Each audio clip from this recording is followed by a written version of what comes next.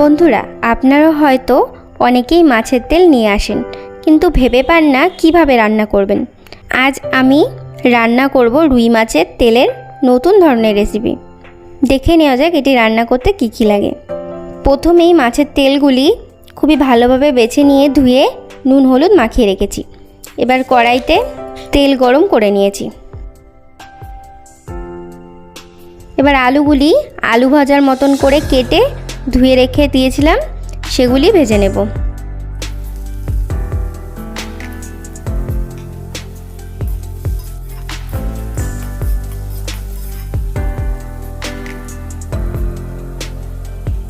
আলুগুলি ভাজতে ভাজতে মশলা তৈরি করে নেব। নিয়ে নিয়েছি 5-6টি লঙ্কা, আদা 2-3 টুকরো, রসুন 5-6টি, একটি বড় পেঁয়াজ কুচি করে নিয়েছি। পেঁয়াজ কুচি বাদে বাকিগুলি পেস্ট করে নেব।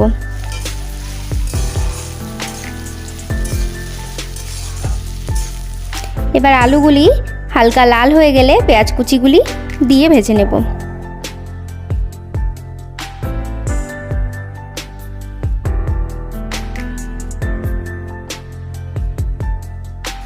এবার আলু লাল হয়ে গেলে মশলার পেস্টটি দিয়ে দেব। সাথে দেব সামান্য হলুদ, 1/2 চামচ জিরে গুঁড়ো, 1/2 চামচ ধনে গুঁড়ো, লবণ পরিমাণ মতো, সামান্য লঙ্কা গুঁড়ো। এবার এগুলি ভালোভাবে নেড়েচেড়ে ভেজে নেব।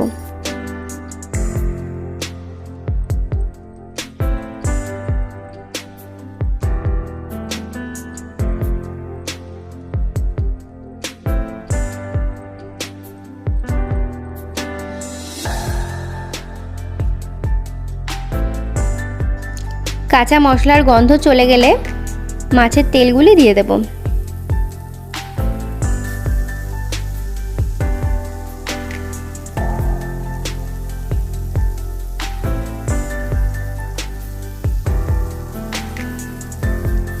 এবার এগুলি নেড়েচেড়ে ভালোভাবে ভেজে নেব।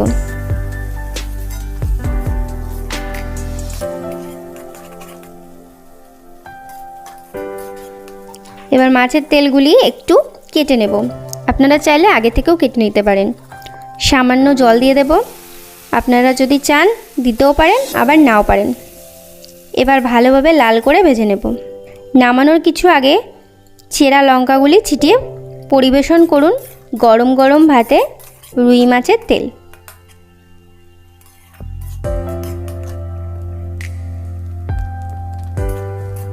বাচ্চা থেকে বুড়ো সকলের চেটেপুটে খাবে এই তেল। ভিডিওটি ভালো লাগলে লাইক শেয়ার করতে ভুলবেন না। চ্যানেলে নতুন হলে সাবস্ক্রাইব করতে ভুলবেন না। ধন্যবাদ।